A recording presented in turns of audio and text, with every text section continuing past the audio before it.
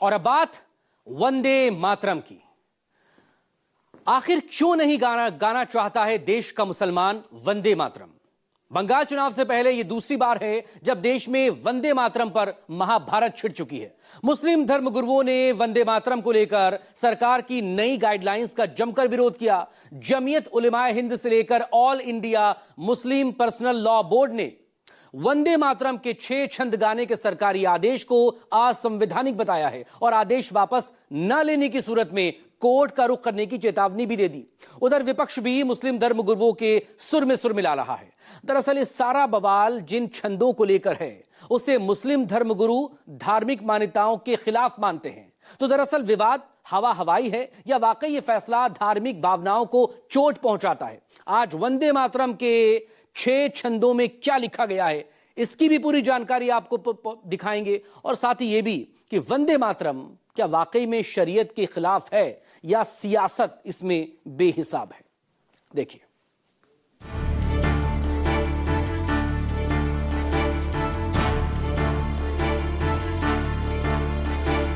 हम एक ईश्वरवाद पे बिलीव रखते हैं। बार बार भारतीय जनता पार्टी एक शरारत के तहत, एक साजिश के तहत इसको एजेंडा बना रही है। अच्छी बात है, वंदे मातरम होना चाहिए, गाना चाहिए हर जगह। चलो चलते हैं मिलकर सरहद पर जान देते हैं, बहुत आसान है कमरे में वंदे मातरम कहना। अगर आप किसी को अपने उपासना के तरीके से हटाने का काम करेंगे तो ये पूरी तरीके से गैर संवैधानिक है। वंदे मातरम और वंदे मातरम। जब पश्चिम बंगाल चुनाव की दहलीज पर खड़ा है तब सियासी गलियारों में यही गूंज सुनाई दे रही है, वंदे मातरम। गृह मंत्रालय ने वंदे मातरम के गाने और बजाने की गाइडलाइंस क्या जारी की, इसकी टाइमिंग को लेकर सियासी बखेड़ा खड़ा हो गया। राजनीतिक गलियारों में जो चिंगारी उठी उसमें घी डालने का काम मुस्लिम धर्मगुरु अरशद मदनी ने कर दिया।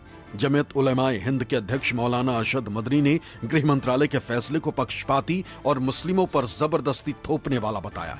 आरोप लगाया कि वंदे मातरम के 6 स्टैंजा को गाना धार्मिक स्वतंत्रता पर खुला हमला है, अल्पसंख्यकों का अधिकार छीनने का प्रयास। मदनी ने ऐसा बयान एक्स पर एक लंबी चौड़ी पोस्ट लिख कर दिया। मुसलमान किसी को वंदे मातरम पढ़ने या उसके धुन बजाने से नहीं रोकते, मगर क्योंकि उसकी कुछ पंक्तियां बहुदेववादी आस्था पर आधारित है और मातृभूमि को ईश्वर के रूप में प्रस्तुत करती हैं, जो इकरेश्वरवादी धर्म की आस्था से टकराती है। इसलिए मुसलमान जो केवल एक अल्लाह की वंदना करता है उसको इसे पढ़ने पर विवश करना संविधान की धारा 25 और सुप्रीम कोर्ट के फैसले का खुला उल्लंघन है। बंगाल चुनाव में मुस्लिम फैक्टर बेहद महत्वपूर्ण है। ऐसे में मदनी का वंदे मातरम को धार्मिक आजादी का उल्लंघन बताना सियासी तापमान को बढ़ाने वाला है। इसे लेकर जानकारों का मानना है कि बंगाल में हिंदू वर्सेस मुसलमान खुलकर होगा, क्योंकि मदनी के समर्थन में मुस्लिम राजनेता भी उतर आए। वंदे मातरम ही नहीं कहेंगे ऐसा कहना मुझे बिल्कुल पसंद नहीं। वंदे मातरम मौलाना आजाद ने भी वंदे मातरम कहा था और वंदे मातरम हम कहेंगे, लेकिन वो आगे के जो स्टांजाज हैं, 4 स्टांजाज 5 स्टांजाज, वो हम नहीं मने बोलेंगे। मैं समझता हूँ कि सबका अपना अपना मजहब है, सबका अपना अपना धर्म है, लोग अपने धर्म पे चलते हैं। और ये कि जो ये वंदे मातरम नहीं पढ़ेगा वो देशद्रोही है। मैं समझता हूँ कि बहुत अब चलो चलते हैं मिलकर सरहद पर जान देते हैं, बहुत आसान है कमरे में वंदे मातरम कहना। हाल ही में गृह मंत्रालय ने वंदे मातरम को लेकर नई गाइडलाइंस जारी की, जिसमें वंदे मातरम को स्कूलों, सरकारी आयोजनों में बजाना या गाना अनिवार्य किया गया, जो कि 190 सेकंड्स का होगा और सभी 6 स्टैंजा का गायन अनिवार्य रहेगा। मदनी आपत्ति जता रहे हैं कि मुस्लिम सिर्फ अल्लाह की इबादत करते हैं, जबकि इसके एक अंतरे में दुर्गा माता से उपमा देकर उसकी उपासना के लिए शब्दों का प्रयोग किया गया है। हालांकि वंदे मातरम राष्ट्रीय गीत है, इसका संबंध किसी धर्म विशेष से नहीं। हालांकि वंदे मातरम को बंगाली अस्मिता से जोड़कर देखा जाता है, इसलिए माना जा रहा है कि ताजा विवाद बंगाल चुनाव को प्रभावित तो करेगा, इसमें मौलाना अरशद मदनी के बयान कहीं ज्यादा असरदार साबित हो सकते हैं। हम एक ईश्वरवाद पे बिलीव रखते हैं। अशहदु अल्ला इलाहा इल्लल्लाह व अशहदु अन्ना मुहम्मदन अब्दुहु व रसूलुहु। लिहाजा वंदे मातरम हमारी रिलीजियस बिलीफ के खिलाफ है, मोनोथिज्म के खिलाफ है। ये बात क्लियर है बहुत, लेकिन फिर भी बार बार भारतीय जनता पार्टी एक शरारत के तहत, एक साजिश के तहत इसको एजेंडा बना रही है, इसको एक मुद्दा बना रही है, जबकि ये मुद्दा है ही नहीं। उपासना का सबका तरीका अपना अलग अलग है और भारत के संविधान में इस बात की स्पष्ट व्याख्या है कि व्यक्ति को अपनी धार्मिक स्वतंत्रता की आज़ादी होगी। जो धार्मिक स्वतंत्रता की आज़ादी होगी उसके अंदर वो अपने धर्म के हिसाब से सब कृत्य करने के लिए आज़ाद होगा। अगर आप किसी को अपने उपासना के तरीके से हटाने का काम करेंगे तो ये पूरी तरीके से गैर संवैधानिक है।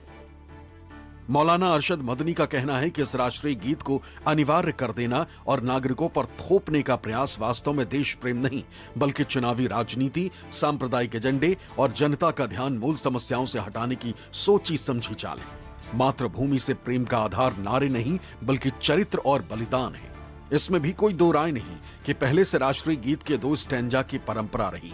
संसद में चर्चा के दौरान कांग्रेस सांसद प्रियंका गांधी ने इसका जिक्र भी किया था कि सभी 6 पैरा गाने से कैसे धार्मिक मायने निकाले जा सकते हैं। जो 2 अंतरे हमेशा गाए जाते थे उनका महत्व इतना गहरा था कि उस हिस्से को कविता के शेष हिस्से तथा पुस्तक के उन अंशों से अलग करने में उन्हें कोई कठिनाई नहीं थी।